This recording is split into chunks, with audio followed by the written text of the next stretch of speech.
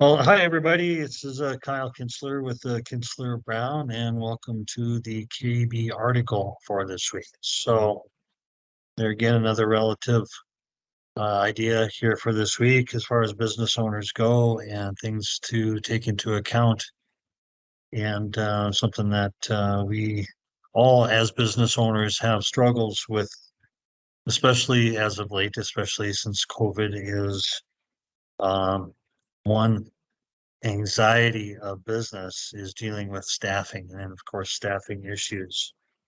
So we all know it is one thing to have staff and, have the number of staff that we're looking for within our particular offices. And, maybe we have the number of staff that we're looking for, but do we make sure that we have the staff in the right seats?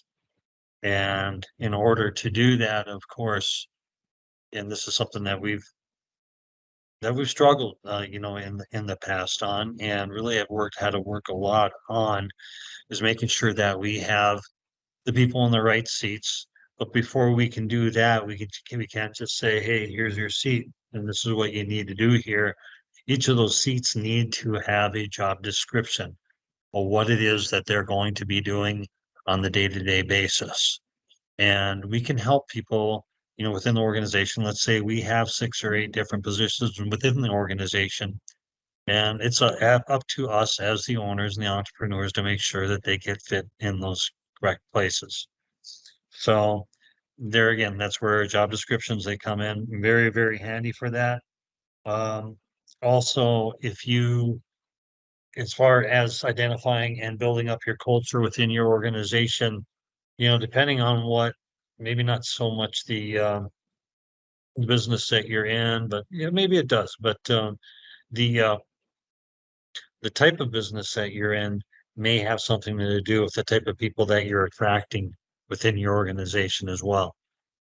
So, like I've said before in the past, is that, what are those attributes within your organization that are going to, or what are those attributes within your organization that exemplify who it is that you want to be? And and you can go out there and you can look at those, and there's all kinds of different models that are out there.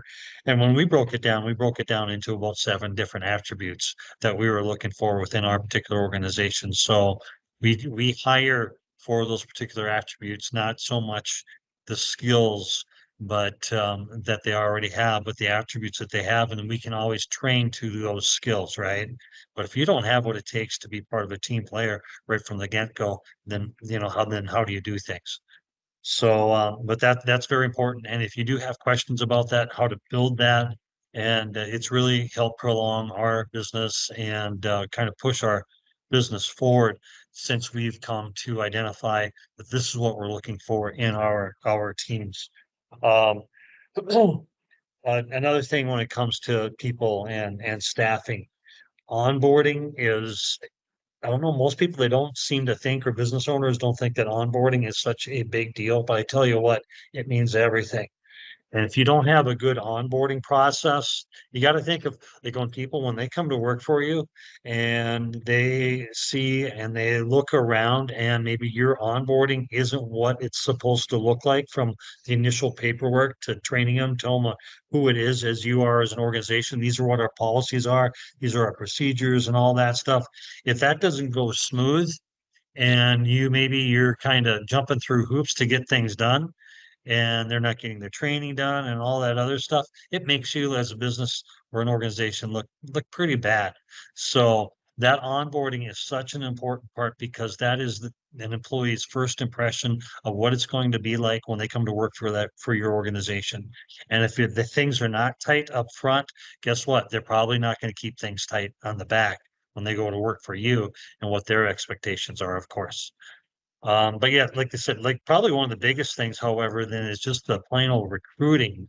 And this is something that we can talk about more in depth if you want to reach out, and be more than happy to do that. I've been doing business recruiting for over 2 decades as it is, and it doesn't seem like it gets easier, but there are particular episodes um, when things do get easier, or things are particularly harder, just because of your economics and the area that are around you. And if you do have any questions or anything, I'd be happy to help you out with that.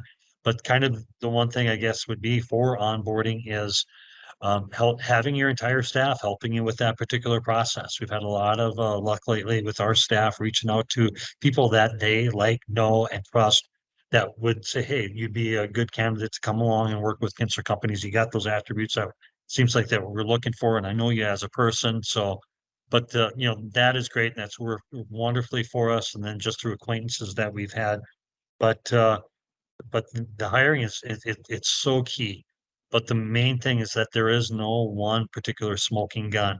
Not one, there's not one, hey, we on board or not on board, but we don't get our candidates for and we hire from this particular, if it's Indeed or a ZipRecruiter or job fairs or word of mouth or door to door or or whatever it is to get employees.